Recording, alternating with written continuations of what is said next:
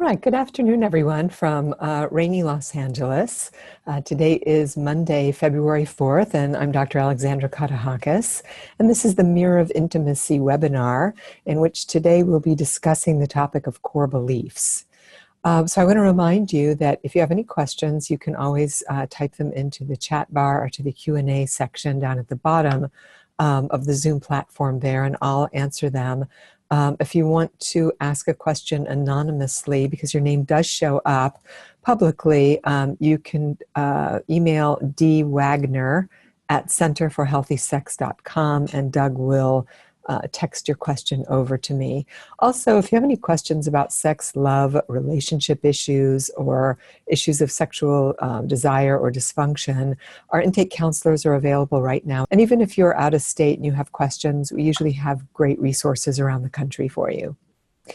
So, when I looked at this topic today of core beliefs, I thought, oh, what an unsexy topic. And yet, when I think about it more specifically, you can see how the topic of core beliefs really does impact our sexuality in negative ways if we're holding ourselves in a negative light or if we're constructing ourselves negatively. So James Allen provides our quote for today, and he says, "The outer conditions of a person's life will always be found to reflect their inner beliefs." And I think that's a very strong and accurate statement, and it does it's sort of an easy litmus test to see how you or a person around you feels about themselves. So if somebody is using their car, for example, as a garbage can, and there's nothing but, old clothes and dirty wrappers and food containers strewn about the inside of the car, you can rest assured that that is a reflection in part about how that person organizes themselves internally, and often how they feel about themselves. We will manifest externally our deficits. If we have ideas about deprivation, then you'll see deprivation in a person's life. So whether it's the way they dress or how they keep things clean or organized or orderly. And when I talk about deprivation, I'm not talking necessarily about financial wealth. I'm talking about dignity. And you can be even poor and be clean and tidy and organized. And when people are so internally disorganized that their external environment reflects that, it doesn't matter how much money in the world a person has, they're going to be disheveled externally also. So I always only bring this up because for those of you that are dating or looking for relationships, that is a key thing to pay attention to. Why does this person have these kind of messes in their lives? Why are they untidy? And it doesn't mean that they have to have a spectacular sense of decor or design, but that things are just neat and orderly as a reflection of their psyche. So that said, when children are brought up in an environment that's extremely negative, so there's chronic, unprincipled shame, criticism, humiliation, then that telegraphs a message internally to the child that they're worthless. And that creates a profound inadequacy, which will show up in sex, certainly, as performance issues. It will give a person a sense of failure in the world at large and really lacking a sense of self-esteem in their self-concept. So these negative core beliefs get honed over time as a result of a feeling state. And we start to think that they're justified, or worse yet, we start to think they're true. And at the absolute most dense and preposterous belief is culminated in suicide, where the person feels they are no longer worth living, they have nothing to offer, that they're a burden somehow to the world. These are all false beliefs, but these belief systems aren't just left brain constructs. They come from our internal self state. So to go back to this section about these unending negative messages from childhood, we have to remember that the brain is a social organ, or the mind rather. The brain is also, but the mind gets constructed in relation to other people. So if you have a healthy mind, it's because you have healthy people around you. You have people around you that affirm you, whether it's in a look that's approving, or a sense of pride in what you do, or feeling excited to have you as a friend, because you bring something that's alive, and that is being seen by those around you. And when you have that experience, you have a healthy mind. And with a healthy mind, you have a healthy sense of self, a healthy sense of dignity, a healthy sense of entitlement, even that you deserve to have, a clean space to live in, and fresh food to eat, and a decent wage. So when we don't get that in childhood, those structures and circuits that comprise a self get uncoupled, and they leave the child feeling internally dead. Or often people will say that feel dead. They'll also say that they feel dirty internally, or damaged, or like there's something really wrong with them at the core of their being, that they're even disgusting. And all of that speaks to problems really in the central and autonomic nervous system, meaning in the brain and in the body, which really requires a deep therapeutic relationship over time, so that together with a therapist, those structures and functions can be repaired through the actual relationship between the therapist and the client. So it sounds like the line is open. Doug, are you there? Or is somebody there? Yes. Okay, well, I can hear whatever's going on. So if somebody wants to ask a question, you can ask it directly, I think, anyway. So let's see. And of course, if you have any questions along the way, feel free to ask them or type them into the chat box so I can answer them for you. So one of the ways that people deal with these negative beliefs, and they're not just negative beliefs, I would go so far to say as they are a voice. We talk about this internal critic that therapists are always working with clients. But that internal critic has us hearing things that aren't true about us. So it sounds something like, I'm an idiot, or I can't believe I was so stupid that I did that, or what's wrong with me? And we don't know exactly why those negative beliefs start to fire off all the time. But there is speculation that when these circuits are down the way I was talking about, and the body is not and brain are not functioning optimally, these negative beliefs seem to swoop in and make meaning of these states. So if I'm feeling sad or depressed or broken or damaged, a mindfulness practice would have me tracking and noticing, what's going on right now? Where do I feel that damaged feeling, or that I'm ugly? Where do I notice that ugly feeling in my body? It's not just a reflection in the mirror, but I feel ugly or dirty.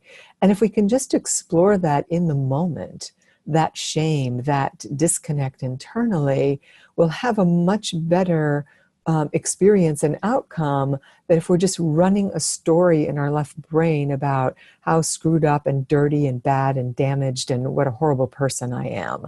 So hopefully you can see that those are two distinctly different tracks, but human beings tend to lean towards the left brain, and we tend to latch onto that story, and it becomes epic. So Michael writes, how is sexual shame or sexual identity, say as a kink or poly CNM person, combated in a therapeutic perspective? Well, I don't know that kink or poly should be combated in a therapeutic perspective. Sexual shame, I guess the word combative is sort of a tricky word to me because it has a tinge of violence to it. So I think you're probably talking about what it means to stand up to those negative voices and those negative core beliefs. So I do think that we want to stand up to them. And that is part of the process of therapy, when the therapist will challenge those negative core beliefs and really then start to track down into the body about where the genesis of that feeling state is, because it's the feeling state that the left brain wants to make meaning out of, and it very rapidly assigns value to it. It very rapidly makes a story about the internal state. Because the internal state is so painful to dive into, we generally want to avoid it. And the left brain acts as a sentry of sorts to keep all of that implicit affective material at bay. In other words, I don't want to feel it. It's too painful. We've all heard people say, I just don't want to talk about this because it makes me sad, which is precisely why you should be talking about it, because it's going back and feeling the sadness in real time and having a trusted other there to regulate it that has those circuits starting to recouple and having that shame start to wash out. So don't be afraid of your feelings, and that will have you starting to dismantle and deconstruct those negative core beliefs, in part. And I'll get to the second part later. So somebody says, my husband has sex addiction and negative core beliefs, but he doesn't want to pay for a therapist to tell him what he already knows. Well, therein lies the problem, because a therapist is not going to tell a person what they know. They're going to be working with that person together in an actual relationship so that your issues come to the foreground so you can see them like, oh, this is what I do in relationship. So I might understand a concept about what I do, but until I really am acting it out with another person, and we can talk about the feelings that go with it and why it comes up and where it shows up, then it's really just kind of rattling around in our own heads. And I believe that's a defense against vulnerability. He's had depression his whole life. Our marriage is terrible right now. He doesn't want to get out of his negative stories. Yes, lots of shame, stuck in shame. So, there's nothing you can do about that other than to seek your own support and your own therapy and really consider how long you can stay in a marriage with somebody who doesn't want to help themselves. And I know it's extremely difficult for people who are depressed to get the help they need. I mean, if they could get help, if they had that sort of active part of themselves, then they wouldn't be depressed to begin with. But there is a point of surrender where we recognize that we can't do it by ourselves, whatever that is, and that we have to ask for help. And asking for help is the first step in getting better. Or doing anything optimally, even if you're at your computer and you're at your desk and you have to complete a task and you have to use Excel and you don't know a function, you can sit there and stare at the screen for 6 hours.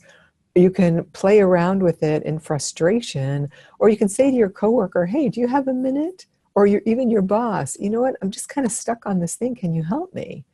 And the solution probably takes a fraction of the time that sitting there frozen or trying to do it yourself does. So we have to really be very mindful about the people around us who don't want to help themselves. Maria says, my partner's been acting out in ways that are very, very shocking, betraying his son with friends of his and other underage girls. How do we confront him with this heinous behavior without creating more shame and negative core beliefs? It seems like a vicious cycle. Well, unfortunately, I don't think you can avoid shame in this situation. If he's acting out with underage girls, he's going to be arrested. So what's more shameful, you or his son saying to him, you're out of bounds, you're engaging in offending behavior, you're engaging in arrestable behavior, and all it's going to take is one of these girls' parents to call the police, and then you're going to be in a whole world of trouble that you never imagined. Now, that might be a shameful conversation, but I do think there's a difference between healthy shame and toxic shame. And healthy shame is what keeps us from living in a world of chaos and anarchy, where we don't steal things from people or steal things from stores because we have shame about it. We know that it's not a good thing to do. And when adults are tampering with underage people and being sexual or sexually inappropriate with them, that's against the law. First and foremost, it's illegal. And secondly, I believe it's shameful because the impact it has on that young person is lifelong. There's very, very, powerful shifts and changes that happen to a young person when they're sexually abused or molested. And it takes them years to come out from under that shame. So if we have to make sure that the offender feels some healthy shame about engaging in illegal behaviors to prevent a child from having a lifelong shame because they were sexually tampered with, then so be it. Let's see. So Marianne says, my husband triggers my shame when he says he's sad that we have not had sex for a while. He's a sex addict, and I've discovered his sexual acting out 2 years ago. I'm still healing from the trauma. How can he express this to me without triggering me? Well, I think, Marianne, I want to challenge you to think about what it's going to take for you to be sexual again with your husband after 2 years. Because 2 years is a short period of time, and it's a long period of time when you've been in a relationship where you've been betrayed. And if your husband's saying to you that he's sad, he's entitled to have a feeling. He's not saying you're a bad person or you're not giving me enough sex or you, at least that's not what I'm hearing. He's just saying that he's sad about the loss of his sex life with you. And so rather than you getting defensive against that, what would it be like for you to hear that as him missing you? And I think perhaps you should also have a conversation with him to see if indeed this is what he's saying. And then to look at, where are your limitations at this point? What's really in the way of you being sexual with your husband again? And remember, sex does not mean intercourse. It can mean being affectionate. It can mean touching each other. It can mean, digital arousal or oral. It doesn't have to be intercourse or penetrative sex. And this question about how does he express this to me without triggering me, I think only you can answer that. Only you can tell him how he can express his desire for you without triggering you. And if it does trigger you, does it trigger you to get more help in this area? So this is a complicated question because I don't know you and I don't know the answer to it exactly. And I also don't know how much recovery he has and how he approaches you. Somebody writes, EMDR treatments are helping me rewrite my negative core beliefs. How many sessions on average would someone need to find a long-term success? And of course, the answer to that, like every other answer about therapy, is I don't know. Everybody is so different and what they respond to and how long things take. And it really depends on you and the practitioner and also your regulatory capacities, your capacities to move through something relatively quickly. I also think it's important not to be impatient with ourselves when it comes to therapy. By the time we realize we have a problem, we could have been alive for 15 years, 25 years, 40 years, 50 years before we realize have a problem. And there's that old adage that Rome wasn't built in a day. So if you're 40 years old and you spend 3 to 5 years in therapy, the ratio of therapy to the time you were alive and engaged in your problematic behaviors is really quite small. So the payoff is huge for a short period of time. So have compassion for yourself. Take it easy. These are major propositions in the body when you're dealing with dissociative defenses, meaning things happen in your life that you don't even remember or you don't even know what happened, but you're starting to get agitated because you're in a conversation about something and you don't know why. That means you're up against these unconscious defenses, which have real neurobiological substrates to them. And when you get through a defense like that with a therapist, meaning you start to have a a remembrance of something, or you're crying, or you feel pain about something you never really thought was painful before, that takes a while for the organism to integrate it. I mean, I know for myself, when I was really in the depth of my therapy in my 30s, I would go home and sleep for it felt like a full 24 or 48 hours sometimes, because I would be crying so hard in my therapy, and feeling so much, pain and confusion. But all of that tearing up and that release of um, defense was exhausting. And so it was important to sleep for neural integration, for consolidation of memory, for my body to get stronger. And sometimes I felt like I was never going to get better, but it's because of the amount of change that we're going through. It's sort of like in the structural body. If you've ever had any kind of back pain, it means that something's moved a few centimeters and you feel like, oh my God, I can't move, or my back's gone out, or you have to go to the chiropractor. And it's not because it's a major, like a bone is shifted in a huge way. Maybe a disc has moved a few centimeters off, but you feel like you're never going to walk again. So the time scale and the distances in the psyche and the body are much smaller in some ways than our perception of time. So all's to say, be patient, take it easy, and be kind to yourself also. Catherine says, do you have any communication for me concerning our communication and how I can get my voice and my feelings to be heard? My husband dismisses me, ignores me, and I feel my dignity damaged after 38 years of his treatment of me. Well, you could leave, is my answer to that. If you say to your husband, if we don't go to couples therapy, and if we don't find a way to talking to each other in a way where I feel heard, seen, and understood, then I can't be in this relationship anymore.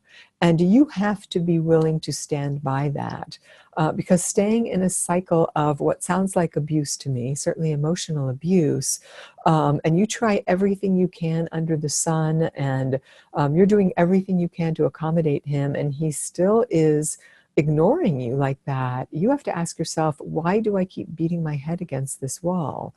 So I would recommend that you get into your own therapy, and if there's an appropriate 12-step program that will help you to do that also, so that you can ask yourself, why do I stay in a situation that keeps eroding my dignity? Because at some point, when we stay in these abusive situations, it's on us. We are abusing ourselves when we start to recognize what's going on.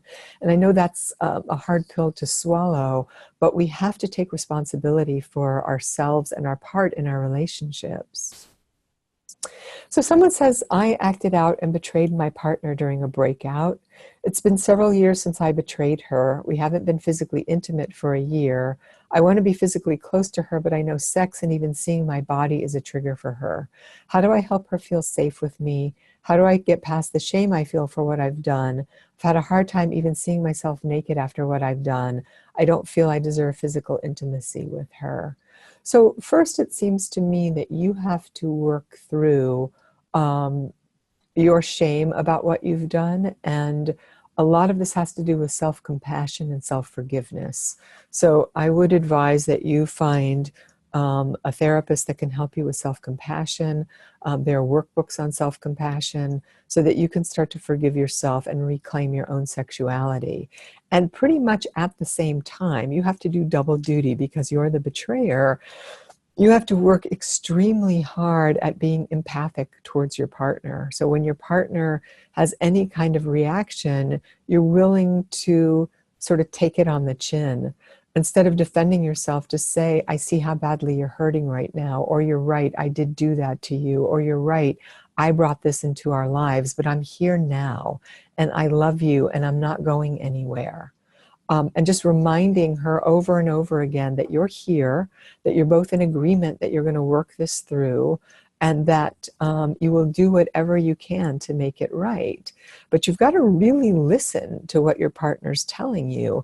And your partner also has to be clear about what he or she wants in order to make it right. They can't just give you some nebulous idea.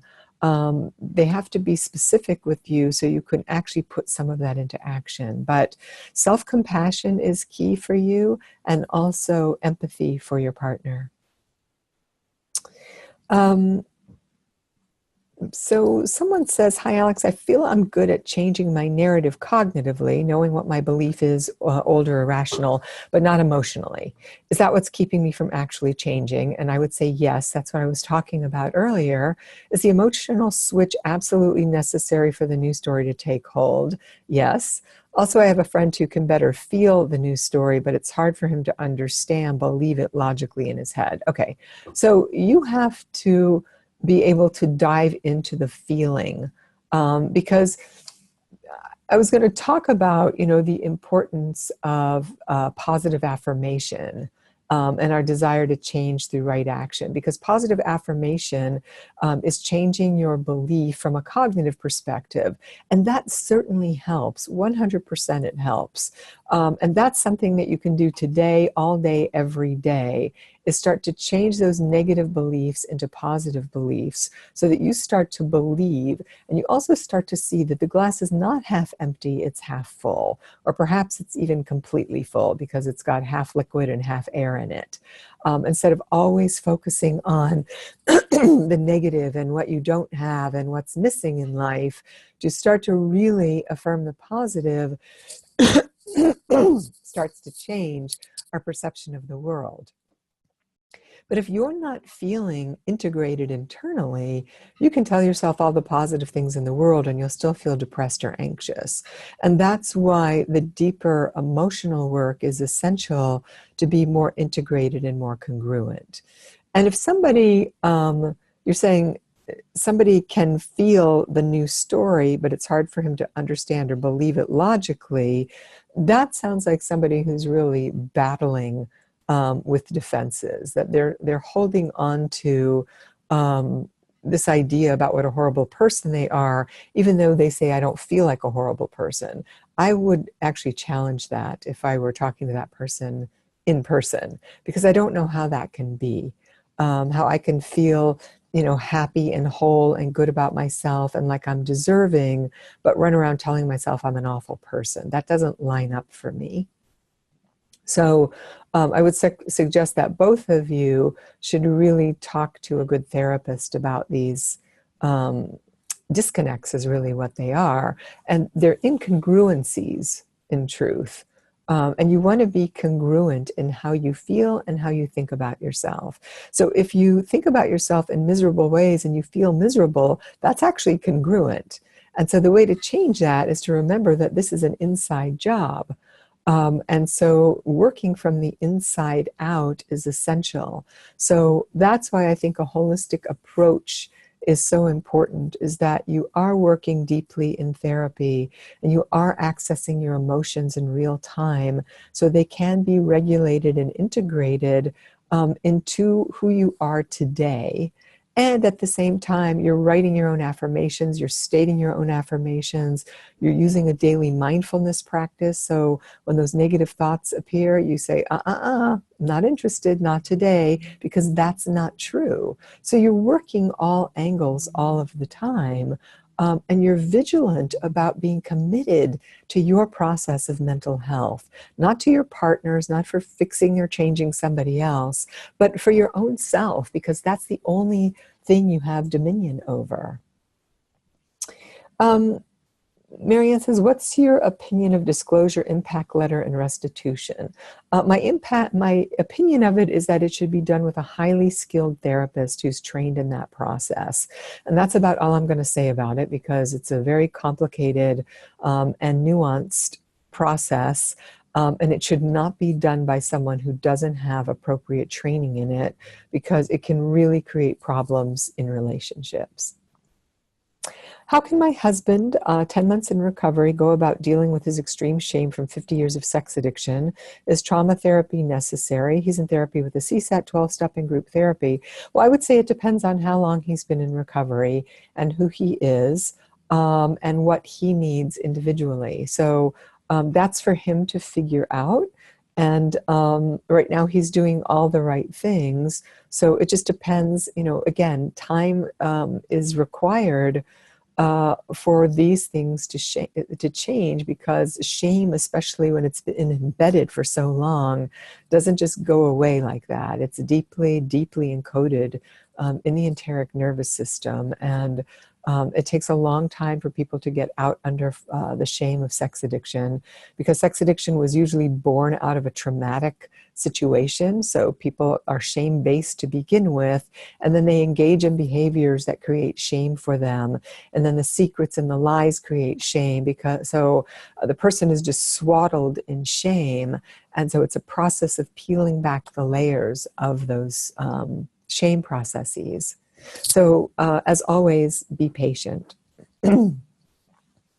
So as I was saying, that when we start to affirm our desire to change, and really look at these negative beliefs as a distortion, that they're not actually true. They're just negative stories that somebody told us about ourselves, or somebody was projecting onto ourselves, and projection was the entry yesterday, a mirror of intimacy, that you're never going to amount to anything, or, girls can't do X, Y, or Z.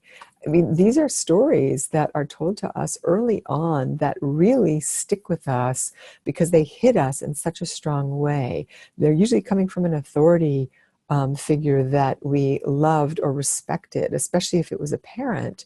And so we have to ask ourselves, if our most negative core beliefs are actually a distortion, or are they really true? And Byron Katie has a whole process for dismantling these beliefs by asking the simple question of, is it true? Is what you're thinking really true? And is there proof that it's true? And so what about all of your unique abilities? What about all the ways in which you're capable?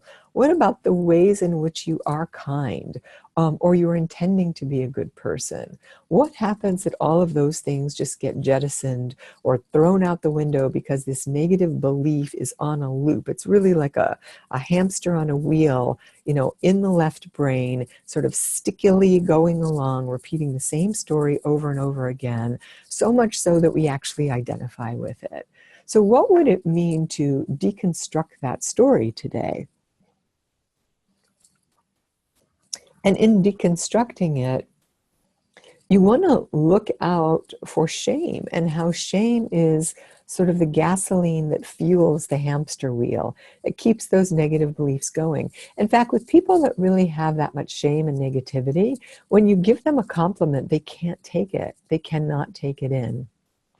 They feel, they go into shame immediately, or they look away because they have to down-regulate that data coming into the nervous system, because it's just too much for them to handle. In fact, the compliment can even create more shame. And so if you're someone who really has a hard time with compliments, I want to challenge you to, when someone compliments you, to make eye contact with them, to take a deep breath, and to notice where it bumps up against the shame in your very own body, and to feel that feeling, and to see if you can hold eye contact with the other person and breathe and simply say thank you, and see what it feels like to breathe and take in that compliment, because it's hitting your autonomic nervous system. It's not just your psychology. It's hitting these structures in the body that really have to do with shame. So I have a bunch of questions here. What does deeper emotional work look like? If my husband says he wants me to heal from his deception of 38 years of masturbating and hiding, but he says he's not worth the effort, he wants good outcome without much effort, he hasn't invested in the marriage, I feel like I've been carrying him for years. So this is sort of a confusing question. I don't know if he doesn't want to put in much effort, then there's nothing you can do about that. You can go do your own psychotherapeutic work and ask yourself why you stayed in a marriage with somebody for 38 years who was lying to you or deceiving you, why you're trying to work something out with someone that you feel is not carrying their weight in terms of doing the work they need to work. And so it's important for you to go look at your own family of origin issues, where you might have untreated trauma, ways in which you've deceived yourself in the marriage. This might sound like I'm blaming the victim, but I am not. I'm asking you to start to take back your power and empower yourself by getting to know yourself. And in so doing, you might find that you don't want to be in relationship with a liar anymore, or you don't want to be in relationship with someone who's not willing to be on a path of self-awareness themselves, because without that, the two of you cannot come together. And so if you've been, quote, carrying him for years, when do you stop? When do you start to carry yourself? When do you start to put your attention on your own self and decide what kind of life you want to have? Because we only get one life and it's super short. And so this notion that staying with, that which or tolerating it is better than the unknown is a way of staying in a victim position. So taking a risk to step into the unknown is scary, but it's a different kind of scary than staying in something that you know is never going to change. So these are definitely decisions that everybody has to make for themselves based on their own circumstances. So Maria says, I found out about my partner's relapse and sex addiction before we were due to get married next year. And even though I love him and see the good in him, I can't find many hopeful stories about stable recovery in this particular addiction. I'm scared about signing up for a life of distrust and polygraph tests. His negative beliefs are so strong, it's overwhelming. How can people really rehabilitate from decades of compulsive behavior and deep shame that seems to go bone deep? Well, I will tell you, Maria, my experience is that it's an extremely slow process, and the person has to be 100% dedicated to the process. And so without knowing you, I don't know how old you are, but if you're having trepidation about marrying somebody and you don't think this is going to have a good outcome, don't do it. It's not worth it. And it also is not worth it for you to enable him by you postponing at the very least your wedding. It's showing him that there are actual consequences, that he could lose every single thing that he loves or has meaning to him if he doesn't take action about this. But you will not be able to fix him, and there's no guarantee that he won't cheat on you again.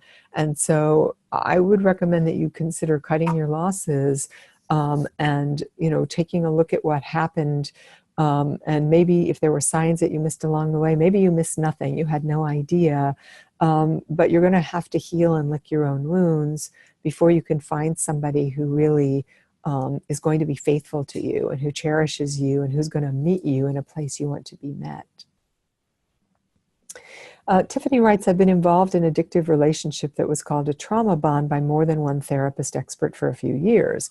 Even though we didn't ever live together or have a serious commitment, I still dream about him and crave interacting with him, which always ends in me feeling hurt, sad, worthless. Is there a core belief behind this?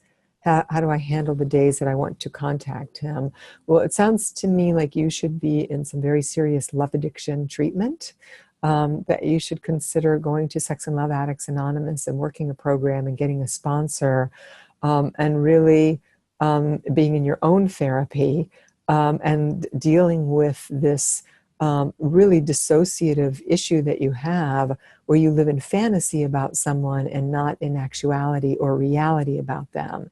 Because to be involved with somebody for so long and not be in relationship with them, under the same roof, living together, married, or what have you, and still running this loop, tells me that you are, moderately to perhaps severely dissociated in this love addictive fantasy.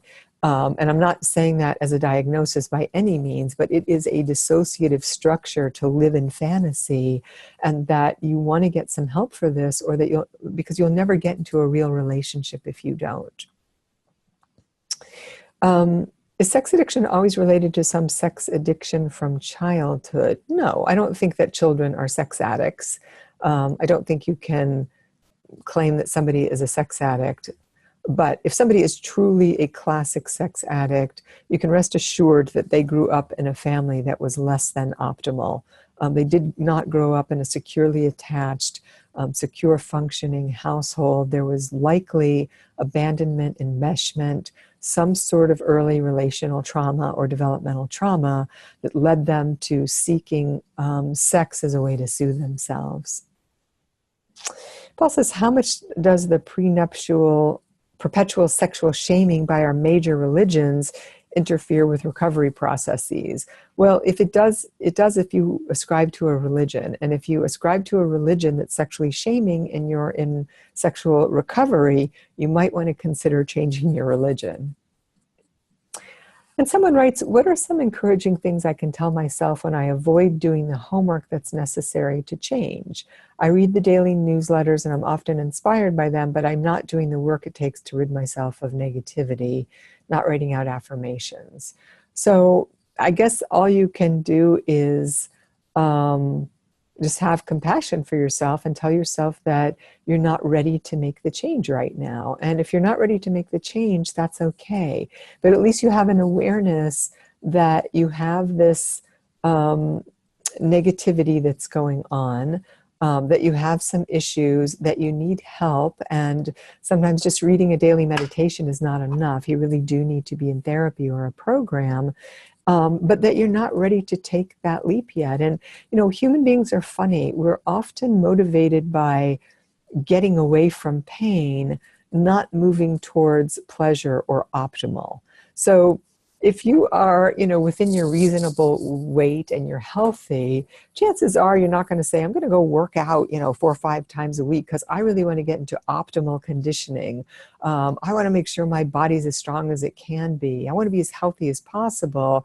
And we sort of meander around and get lazy. And then we find out maybe that we're borderline diabetic or we've got a little bit of high blood pressure. Then we get to the gym. Then we start to take care of ourselves. So humans don't preemptively, or typically don't, do things that are preventative. We wait until we're in pain. So I'm hoping for you that you don't have to be in so much pain or wake up one day and realize that you're old and you haven't been in a relationship because you're so negative internally, and that's when you decide to get help. Because the longer we wait, the harder it is. I mean, that's just a fact, that the younger we are, the more supple our brains and bodies are, the more likely we are to be able to make these changes faster. So someone says, from a brain and body standpoint, why do these beliefs take hold so strongly? Because they trigger something already there, the age we are when we first heard the story, or is it mainly about how much they loop around and over time? Well, I think I explained that earlier. The beliefs are just thoughts that are firing off, and they're attached to much deeper affective feeling states in the body. And so in part, if you want to eradicate negative beliefs, you have to do 2 things. You have to be vigilant about not allowing those beliefs to take up much landing space. The minute you hear one, you have to say no to it, and you have to replace it with a positive, affirmative thought. And you've got to do that all day, every day. You've got to be super vigilant about not allowing those negative thoughts to run like that. And you have to consider seriously being in therapy with a therapist who's going to help you track where those feelings are in the body. Because it's the negative, I shouldn't say negative, it's the feeling states that are painful, the depression, the anxiety, the pain that we don't want to feel, that is firing off these beliefs. So when you start to deconstruct what's happening internally, then those beliefs start to lighten up naturally. Plus, if you're also attacking it from a different direction by already stating positive affirmations, then you're going to change those structures over time and those processes. All right, so what about your unique abilities? What about the things that you do every day that are honorable and good and kind? And notice that you have to really fight a fight when it comes to these negative beliefs. That this is an inside job that you have to be absolutely committed to finding out the truth about who you are before you can actually believe it. So I've had Many clients talk about, naming that negative voice some sort of name, the hairy beast, the monster. Somebody is, called it a nagging aunt or uncle. And you can tell that person or that thing to be quiet. If it persists, you can tell it to shut up. You don't want to get too violent against that voice, because that's perpetrating violence on your own self. And oftentimes we don't eradicate those voices, we just get them to quiet down considerably. You can also play around with it and make it a game by, when you get out of your car in the morning and go to work, you can say, okay, Uncle John, who's the annoying, negative creature that lives in my head, you're staying in the car today and I'm going to work without you. And see what it's like to lock Uncle John in the car and leave him there for the day and go to work. And if you hear like little whisperings from him, just tell him, shh, be quiet, you're in the car. And then state a positive affirmation for yourself, or do something of service for someone else around you. Get out of your head and be of service. Be kind to someone else, and notice that you can actually be kind, that you are good, that you are compassionate and loving and caring. So part of today's Healthy Sex Acts is to ask you to make a list of the qualities you value most about yourself. And for some of you, that might be really difficult. But see if you can come up with 5 things that you love about yourself. And that's not a whole lot, but think about, what do I really value about myself? That you're kind, that you're thoughtful, that you're a good friend, that you maybe are talented when it comes to computer programming or singing.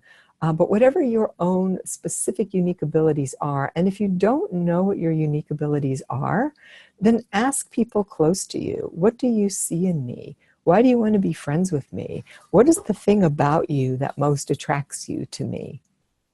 And then turn each one of those qualities into an affirmative statement in the present. So it should be a here and now statement. I am a good, worthy, and valuable person.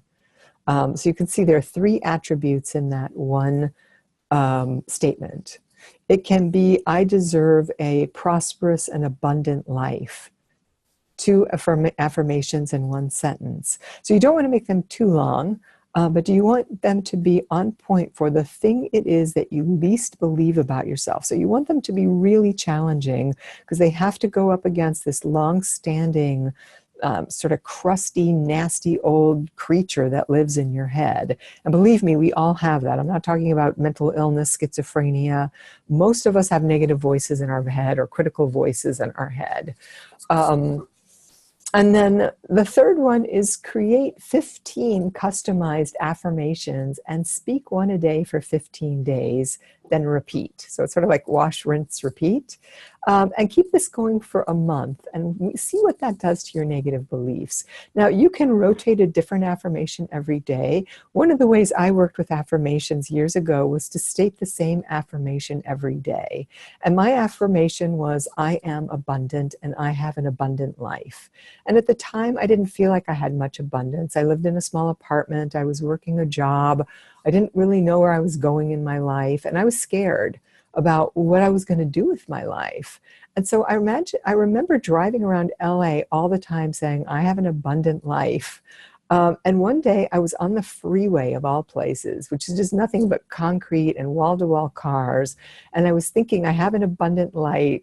And it was like a ton of bricks hit me in the head. And I was like, oh my God, look at all the abundance around me. There were thousands of cars. There was concrete everywhere. Even though it was one of the most hideous scenarios, it wasn't like I was on a tropical beach. There I was in the midst of all that, tons of metal and concrete and steel and people and cars. And I saw the abject abundance of the universe. And from that moment forward, I was able to see what an abundant universe it is, and how there's so much around me that I just wasn't seeing or taking into consideration. So you can do it any way you want to do it. But the main thing I want to leave you with today is that you have to be the captain of this ship. That this is about your own heart coming forward, not believing the negative thoughts that somebody else instilled in you, and that you're going to be vigilant every day about this project, that no matter what, you're going to be dedicated and faithful to your own self by giving yourself the gift of loving yourself in really powerful ways. So good luck with this task for the month of February, and it's appropriate given that it is the month of Valentine's Day, that this is a message of changing these core beliefs because of self-love. And I wish you all a very happy month filled with love and positive affirmations of your very own self. Remember, if you have any questions, you can go to centerforhealthysex.com, or you can dial our intake counselors at 310-843-9902. And I look forward to seeing you in February. All right, have a good month. Thank you.